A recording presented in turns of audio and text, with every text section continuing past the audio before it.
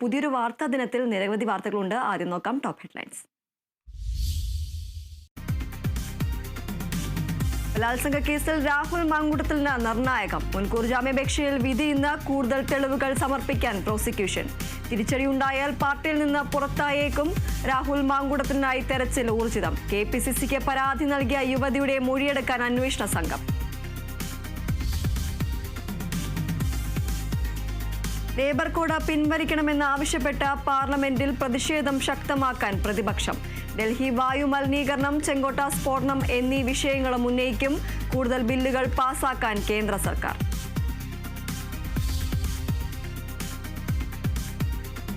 Russian president Vladimir Putin ഇന്ന് ഇന്ത്യയിൽ. അത്താഴ വിരുന്നൊരുക്കാൻ പ്രധാനമന്ത്രി. ഇന്ത്യ റഷ്യ വാർഷിക ഉച്ചകോടിയിൽ പങ്കെടുക്കും.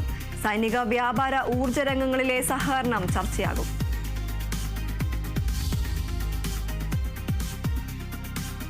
അതിജീവിതയെ അധിക്ഷേപിച്ച കേസിൽ രാഹുൽ ഈശ്വറിന്റെ കസ്റ്റഡി കാലാവധി ഇന്ന് അവസാനിക്കും. തെളിവുകളുടെ അടിസ്ഥാനത്തിൽ വിശദമായി ചോദ്യം ചെയ്യാൻ പോലീസ്.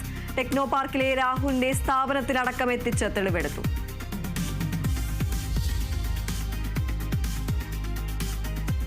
ശബരിമല സ്വർണ്ണ കവർച്ച കേസിലെ പത്മകുമാറിന്റെ റിമാൻഡ് കാലാവധി ഇന്ന് അവസാനിക്കും. പത്മകുമാറിനെ കൊല്ലം വിജിലൻസ് കോടതിയിൽ ഹാജരാക്കും.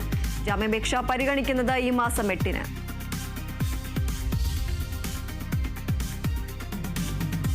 റായ്പൂർ ഏകദിനത്തിൽ ഇന്ത്യക്ക് തോൽവി. ദക്ഷിണാഫ്രിക്കയുടെ ജയം 4 വിക്കറ്റിന്. 359 റൺസ് വിജയലക്ഷ്യം അവസാന ഓവറിൽ മറികടന്നു. ഏഡൻ മാർക്രം കളിയിലെ താരം.